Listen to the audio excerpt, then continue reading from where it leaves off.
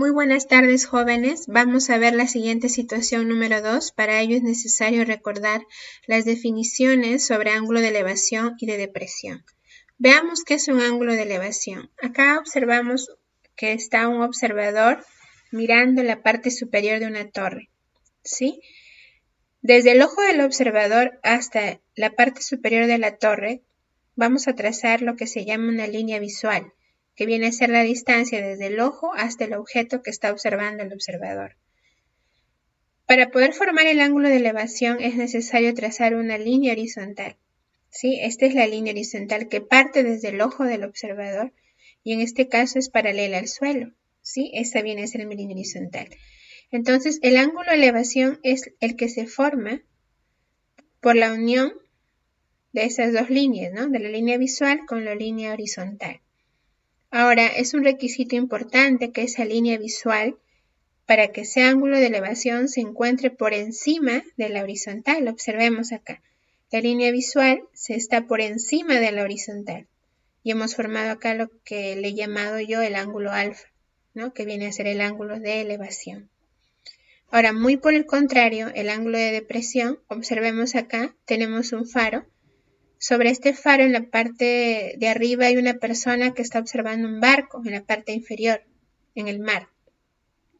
Sí, entonces vamos a ver que la línea visual que vamos a trazar desde el ojo del observador hasta el objeto que está observando está por debajo de la horizontal. ¿Sí? Muy distinto a lo que es el ángulo de elevación, que la línea visual estaba por encima de la horizontal. En el ángulo de depresión, la línea visual está por debajo de la horizontal. Siempre es importante trazar la línea horizontal, que parte desde el ojo del observador, ya que esa línea horizontal me va a servir para poder diferenciar, ¿no? Si se trata de un ángulo de elevación o de depresión. Pero ya es deducible pensar, ¿no? Que si yo miro un objeto desde una parte alta hacia abajo, siempre se va a tratar de un ángulo de depresión. Y si miro un objeto que está arriba de mí, ¿no? En la parte superior, entonces se va a tratar de un ángulo de elevación. Entonces, para formar ese ángulo hay que trazar la línea horizontal y la línea visual.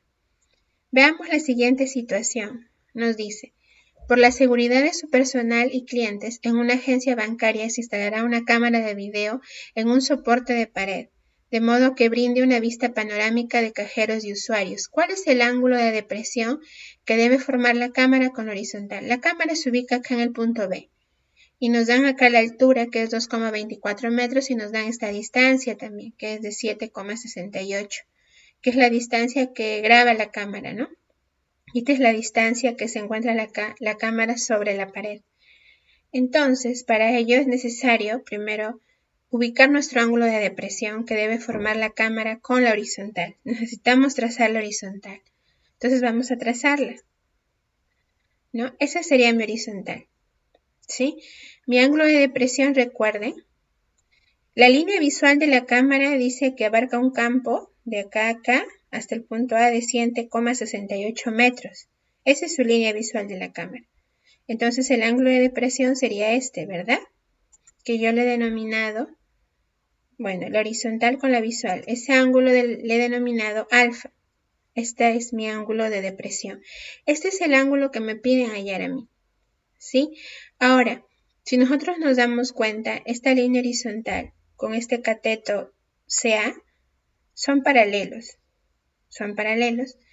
y esta línea BA viene a ser como una secante de esas dos líneas paralelas, lo cual vamos a tener la siguiente situación que les pongo acá en la parte inferior, ¿no? Cuando yo tengo dos líneas paralelas que están cortadas por una línea secante, esos ángulos internos que se forman se llaman ángulos alternos internos y son congruentes. Quiere decir que si acá es alfa, este ángulo que está acá, por ser esta línea secante de estas dos líneas paralelas, este ángulo va a ser el mismo que el que está acá, porque son ángulos alternos internos, ¿sí? Son congruentes, miden lo mismo.